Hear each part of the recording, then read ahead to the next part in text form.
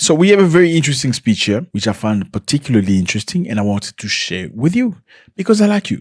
But before we start, please click on the button, the like button, so we can push this further. Just this. It's done. Appreciate it. Done. Thank you. But if you reflect on this diamond story, where it began, when diamonds were discovered, and you appreciate that these diamonds were discovered in Botswana, on our soil, deep in the belly of the earth, in Boteti, Jwane. They were our diamonds. And then a company called De Beers was established for these diamonds. And the government of Botswana held, as it does now, 15% in De Beers. 15. You are the owner of the diamonds. They are in your country. They are your diamonds. People come from outside to discuss with you, and they take the lion's share of your own diamonds. On what logic is this justifiable? How does this make sense? So a fundamental error was committed. Even as we gloat and we praise ourselves over the discovery of diamonds, a serious error was committed then. Because when you look at it on reflection, you realize the baseline for negotiation should not have been anything less than 50%. Say, we already have the diamond. These are our, in fact, we have 100%. Come to think of it. We are bringing in diamonds. What are you bringing? Money to mine and equipment and some knowledge? Let's cost that. But the baseline is 50%. We'll see in the remaining 50% where we place and collocate. But you can't get 15%. But that mistake was made. Now it binds all of us to this day. That's where we are. But along the way, because at the time it was established, there was government of Botswana, Anglo-American, the Oppenheimers. The Oppenheimers held 40% of De Beers in relation to Botswana diamonds. Anglo 45, Botswana government 15. But the agreement then was, if anybody wanted to sell, if in particular the Oppenheimers wanted to sell their 40%, the right of first refusal belonged to the government of Botswana. They had to offer that 40% to Botswana, nobody else. And somewhere along the line they decided to sell. And true to the contractual obligations, they offered the 40%. Botswana, we are selling 40%. And if we had acquired that 40%, it would have placed us at 55% of total ownership, shareholding in De Beers. What did our government say? We're not interested. That's the second near fatal error that was committed in the history of our country. By us, all of us. Maybe your forebears, not yourselves as such. So, what does this say? Governments can mess up and mess up real bad. That's why you need to be very careful about constituting a government. Very careful. Don't go with the talk. Check out the substance and the ability to understand these intricacies. Maybe they have a good defense. We didn't understand. We were bullied, whatever they say. But this is where we are now. We sit here, as I stand here, we hold 15%. Because when we refused to buy the 40%, Anglo bought the 40%, and now they are holding 85% in De Beers. This is where we are now. Next, the entire burden of marketing our diamonds was given to DBS. DBS marketed the diamonds, in the early 1940s when they went to Hollywood and invested a lot of money. Diamonds are forever. They gave every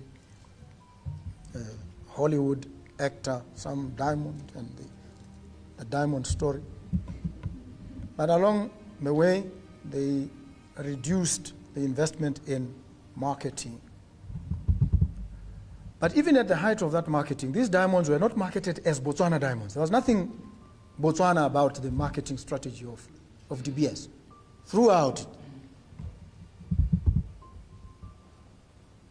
So everybody who was buying diamonds bought them without knowing where they came from or caring about the story of the people that own these diamonds.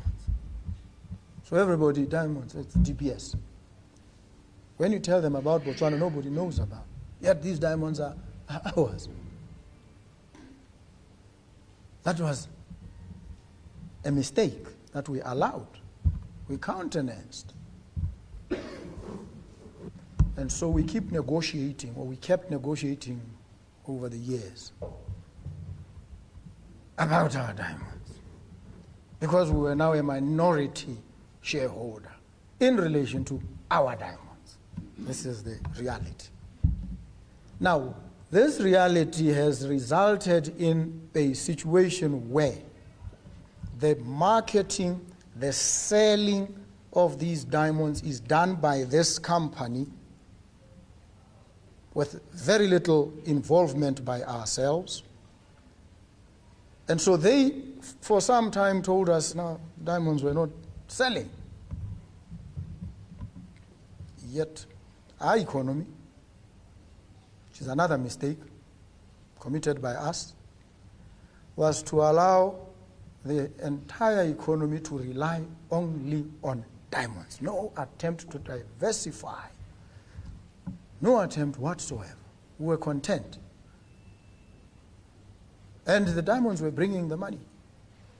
We felt we were God's chosen people. So, when the diamonds now experienced the kinds of problems that they are even presently experiencing, then our economy almost collapsed, which was also reasonably foreseeable. Those who were at the helm should have foreseen. But there was little, if any, response. We kept going as if nothing was wrong. Now we are at that point. The country is broke, struggling, has cash flow problems as a result of all these. So you step in as president at that time. You realize the gravity of the situation, the overwhelming gravity of the situation. And you have to now adapt, adjust. You are ambassadors wherever you are. But do we have the resources? At least at this point, no. The embassies are complaining. The buildings there also require maintenance. The resources are not there yet, but they'll be there. They'll be there. Why? Because the diamonds are still there, under the soil, in Joanne. They are still there. So if the diamonds are there, how is the country broke? Now they are not being sold. Who is selling? The DBS. Then DBS is not doing its job.